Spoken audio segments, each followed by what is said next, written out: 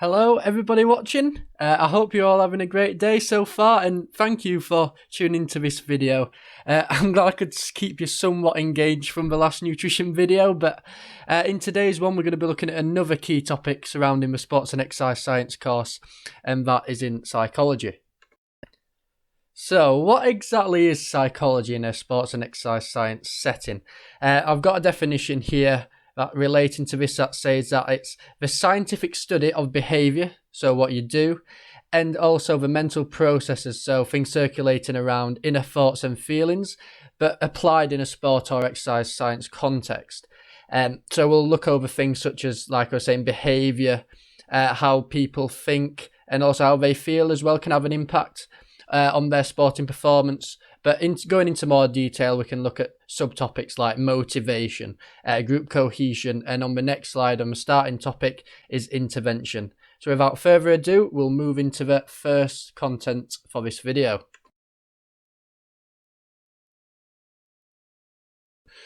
So beginning with, the first topic we're going to look at, as I mentioned previously, is the intervention design, delivery, and evaluation.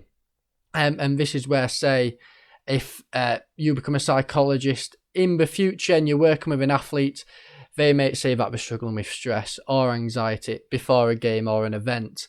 And this is then where you can implement an intervention to then help try and combat those areas of mental health. But before you can do that, you will have to perform a needs analysis. And this is to then gain the information required for you to then work on and help them during their performance. There's a variety of methods that you can use, one of being interviews. So you can just have a formal or informal chat, asking them questions for you to gain a greater understanding of where they're at psychologically. You can also observe them during a game, so maybe on the sidelines, and you can see their behavioural habits before a game maybe, and how that affects them during their event. But also you can give out questionnaires. So simple questions will inform you more of where they're at and maybe the problems that you can work towards improving or getting rid of. So there's different areas that you can go into, different strategies, one of being the cognitive behavioural strategies, which looks at the techniques individuals that can use to modify their thoughts and feelings before a game, and this is very useful. There's also psychological skills training, which looks at more systematic and consistent practice of mental or psychological skills for the main purpose of enhancing performance, maybe increasing enjoyment or achieving greater sporting and physical activity self-satisfaction, or all of them at once.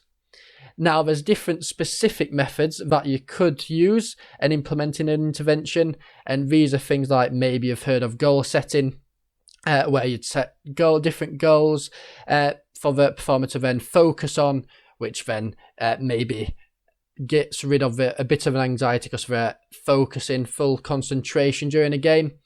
And there's 3 different types of goals that you could use. So there's outcome goals, which focuses on the outcome of an event. So what are you wanting to achieve? Maybe a set time. If they're a sprinter, you want them to focus just to try and aim for that and blank everything else out. There's also performance goals, which is achieving their own standards and objectives that they set, and also process goals, which more focuses upon actions needed for their performance to improve massively. There is also another method of self-talk, so positive self-talk, where maybe they're getting some negative thoughts before a game, and that is what then causes their anxiety or stress. To look at them blocking that out and replacing them with more positive thoughts, which then boosts their confidence and then thus should improve their performance as a whole. There's also imagery that performance could use, which is where they, in their mind, paint an image of what they're going to do in the game and in that certain scenario for them to then go out and perform it. And as you can see throughout these, there's this sort of feeling of increasing confidence, which is very helpful and useful for negating all the anxiety and stress that they may be facing. And then finally, to finish off, you've got the evaluating. So basically what you want to do is keep up to date with how they're feeling, how they feel like they're progressing using these different psychological strategies, whether it's working, then you can help maybe improve or keep it the same if it is working, just to ensure that they won't start dipping in performance again due to psychological reasons. And that way, these psychological implementations can last a longer time for their performance. And the next topic we looked at after the intervention was about the brain. Now, the brain personally really fascinates me, just how it operates and how it makes us feel and think. It's quite incredible. And in this course, you will go into more detail around that as well. So basically at the start, we split the brain down into different areas which are known as lobes. So for instance, you have the frontal lobe, which, as you can imagine, is in the front of the brain. This is where the majority of the thinking and decision making takes place. And you've also got something like the occipital lobe, which basically everything that you visualize is processed there. You'll also go into more detail on the motor cortex, which basically different areas are responsible for control of like specific body regions. So when you're thinking of skilled voluntary muscle contractions, say if you're spinning a ball in cricket, just the little muscle contractions are processed there, and you'll go into more detail around stuff like that. Moving on, you'll go into detail in neurons and synapses, and in particular in the brain, how from childhood to say adulthood, the density of the synapses increases and the quantity as well, to help us remember different stuff and learn new motor skills. And going into that, you do learn about memory, so how, say, repetition can help memorize, and you look at different diagrams. So, for instance, the short-term sensory store, processing information to the short-term memory store, which is then stored in the long-term memory store. You'll go into more detail on that. And then lastly, you will go into information processing, which is key and important in a sporting context, as it looks as reaction time, basically, and how that can be improved through the development in the brain. So you look at how different visual stimuli increases the amount of time it takes to come up with the decision making, and how that can be improved can then improve performance, as a reduction in reaction time will occur. And next we took a look at positive youth development, which is really important for children at a young age when growing up playing the sport, as sport is not only looking at the physical values, especially at that age, it also helps increase the moral values as well, as I'm sure when I started off playing sport, and I'm sure you guys can have an understanding, is that when you first start off, you're also learning communication skills with your teammates and also respecting others, and that is then, without knowing, taken on into further adult life when they grow older. And basically what positive youth development is, it's a broad notion that focuses on the promotion of any number of desirable competencies and outcomes. So like I was saying, it's not just for the physical value, seeing whether they've got talent to take it to a professional level, it also helps with the morals as well. And we have this diagram that we used and have been taught here on the course, is about the 5 C's of positive youth development, and these are all developed and improved at that young age, and these consist of character, connection, competence, caring, and confidence. And all of this then builds up and contributes to what kind of person they'll be like when they grow older. And also the positive outcomes of this youth development are broken down into 4 different key areas. So there's physical development, such as obviously improves fitness, improves skills, that side of the sport. But also it looks at social development, such as their social skills. Also leadership can be improved, their peer relationships, and obviously these correlate to, say, if they've got a job as well. When you get a job, when you get older, you'll have to use your social skills. You might have to take a team and use your leadership skills there, so it does help out in that way. Additionally, it aids the psychological and emotional development, so say the self-esteem, stress reduction as well, it can help in that with sport.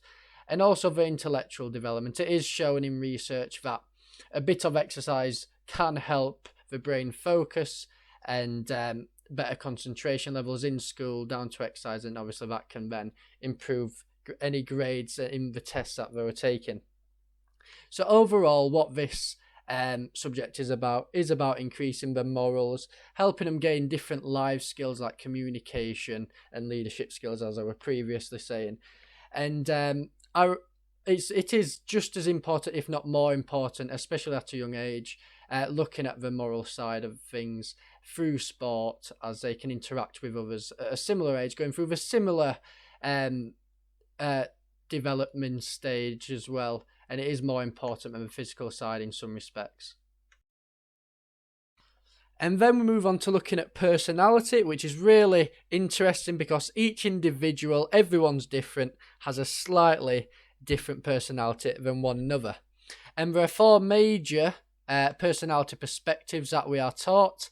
This includes psychodynamic, so that looks at more unconscious determinants of behaviour, and also a person as a whole in comparison to, say, the humanistic approach, which looks at a more optimistic view and how individual experience shape basically their personality. And a bit like the positive youth development we've just gone over with the 5 C's, we have the Big 5 diagram for personality. And the Big 5, basically, all of these different attributes contribute to a person's whole personality. So if we take a look here, we've got openness, conscientiousness, extroversion versus introversion, agreeableness, and neuroticism. That's quite a hard word to say. But all those 5 in different basically create a whole personality.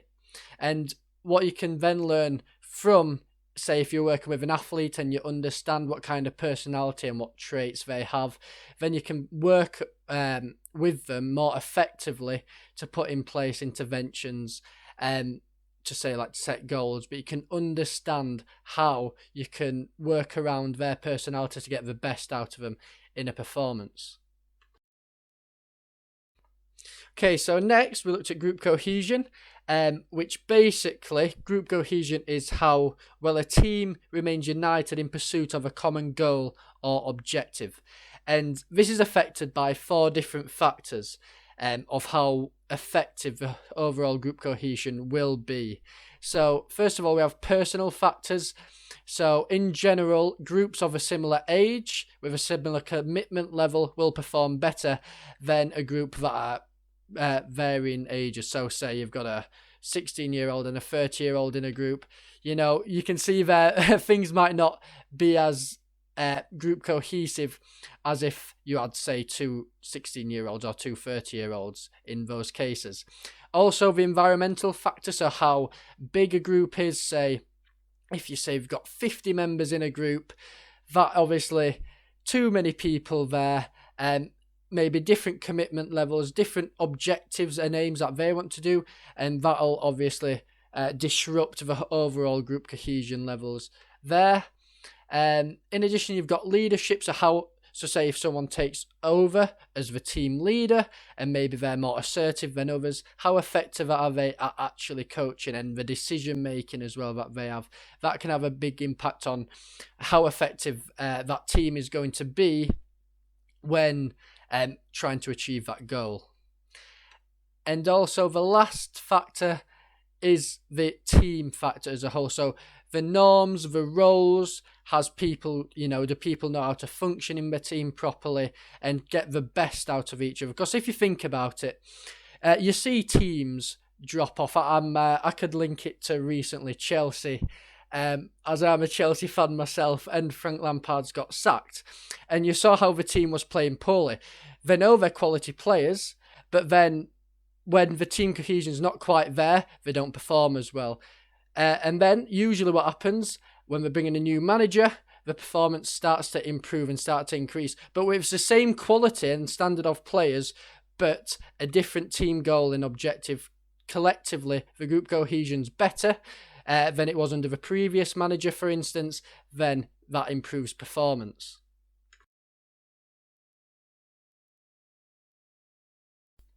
Now, enough of me rambling on about Chelsea. I know I could already imagine the groans I got when I said that.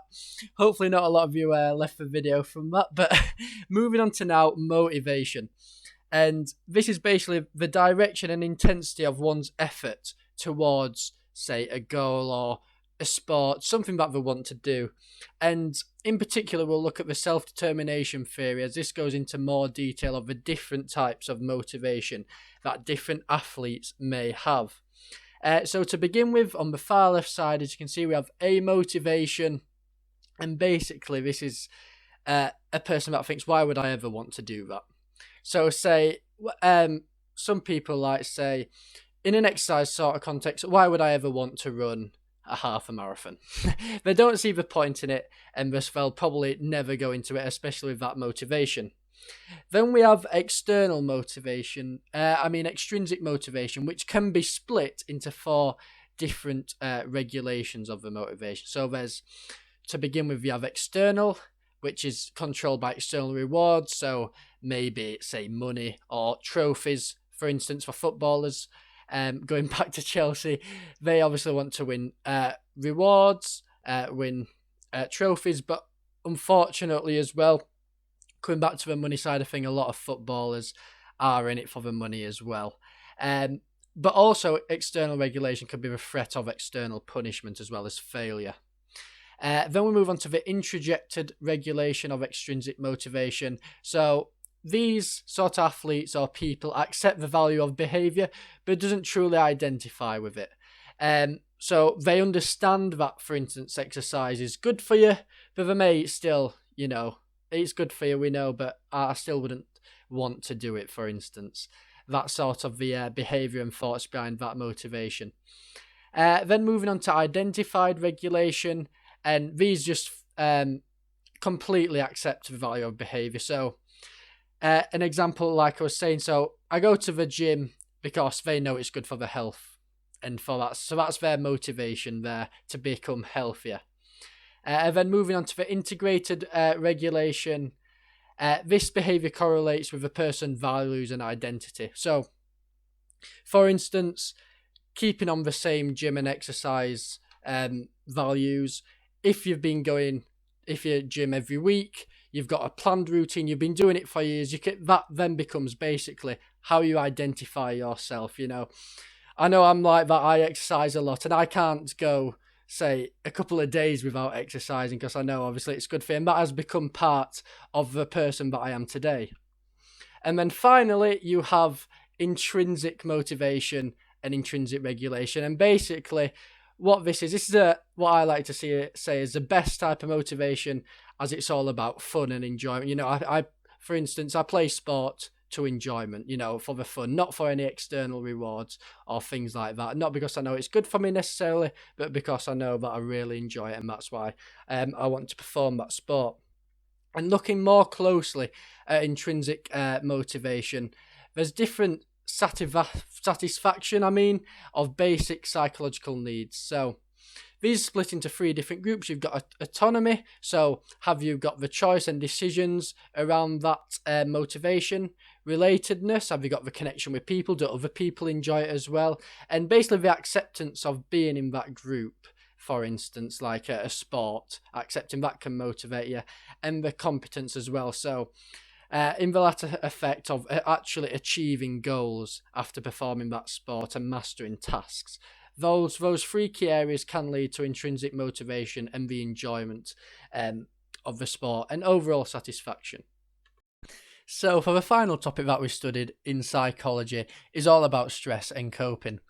We utilise a definition throughout that goes by an ongoing process that involves individuals transacting with their environments, making appraisals of the situations they find themselves in, and endeavouring to cope with any issues that may arise. So with that being the definition for stress that we use, we also heavily utilise the Lazarus's model of stress and coping as well. And basically this summarises and goes through the causes of stress, the appraisals that athletes go through in relation to this stress, and then the different types of responses, both emotional and behavioural, that occurs from this feeling of anxiety And then finally, how athletes will then cope with this stress and how effectively they are able to do that as well. So to begin with, looking at this diagram, we've got the stressors, and basically what this is the causes of the stress. So for instance, you could have the game is very important. Maybe it's a cup final, and obviously that causes anxiety then with how important the game is. We've also got the risk of injury, for instance. Maybe an athlete beforehand had an injury and they don't want to trigger it again. That can cause stress as well. So there's a different variety of reasons why stress can occur. But then moving on to the primary appraisals, you have got an extra enhancement on why that specific event or competition is stressful to them personally. If it's maybe due to the threat, the anticipation of future loss, or maybe the challenge, the opportunity for growth, that can cause the stress. So, because basically what this is trying to say is if it did not matter to them, there'd be no need to stress, there'd be no stress occurring, but because it does, because there's such significance of that game, then that's why stress occurs. And then moving on to the secondary appraisal, this is basically what can the athlete do about going around this stress and how to sort of block that outcome of the primary appraisal. So say future loss, how can they stop that loss from happening, or maybe stop the worry of the challenge, and they can make the most out of that challenge. It's basically the strategy that the athlete can use to accomplish this. Now moving on to the responses that occur from the stress, in relation to the emotional response, we've got the obvious. They might start feeling anxious, or with each athlete, they may respond differently to one another. So whilst one's feeling anxious, the other might start feeling maybe anger or maybe sadness towards a situation, as different athletes, like I say. And you'll have to work this out as a psychologist to make sure that you're the most effective when implementing an intervention, for instance. And then in relation to behavioural responses, I know you guys may be able to relate to this. I know I definitely can. Before I was playing, for instance, cricket, I used to be an opening batter. I used to always get nervous before going, and I'd just start fidgeting or getting butterflies in my stomach before the game. And this is a behavioural response, basically, to stress that can occur. Now, finally, we've got the coping side of things and how effective athletes can cope with stress. And we've got 3 different types of stress that people can cope with this anxiety. We've got problem-focused style of coping. So basically, this is intended to alter the circumstances causing the distress using different strategies directed towards the environment and the self. So for instance, we've got, I know I mentioned about goal setting, that would come over problem focus, just basically planning, time management, different things like that is the style of coping there. And then moving on, we've also got emotion-focused style of coping, which basically involves efforts to regulate the emotional responses associated with the situation. So basically, when you are feeling that anxiety, what can you use to combat that feeling of emotion?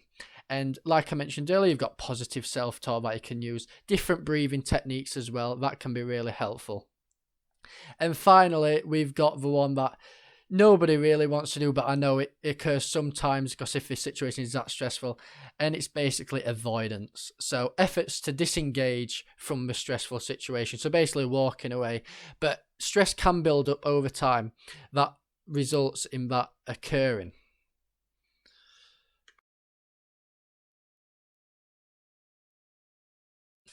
Now, in relation to the assessment side of things, what we had to do was undergo an exam and a scientific report. Now, in relation to the scientific report, we were given a case study. In this instance, we were given Serena Williams, and basically we had to analyse the psychological perspectives that were happening during one of her performances, in which she was emotionally stressed and quite angered by the official, if I can remember correctly. And what we had to do was basically go into detail on what psychological perspectives was occurring there and why that emotion was happening. And then in relation to the exam, it wasn't a multiple choice, this one. This was the only one where we had to do short answer questions, basically, on the information that we were taught. So guys, that's basically it, the end of the video. Thank you all for listening. I'll just quickly go over each topic that we went through. So we started off there with intervention and implementing that. The brain, positive youth development, personality, group cohesion, motivation, and then finally stress, and obviously the assessment. So like I was saying, if you guys are interested in this course, sports science or sports and exercise science, then I hope you found this insightful. And like I say, thank you for going to the end of the video and listening all the way through it, and I hope you have a nice rest of your day.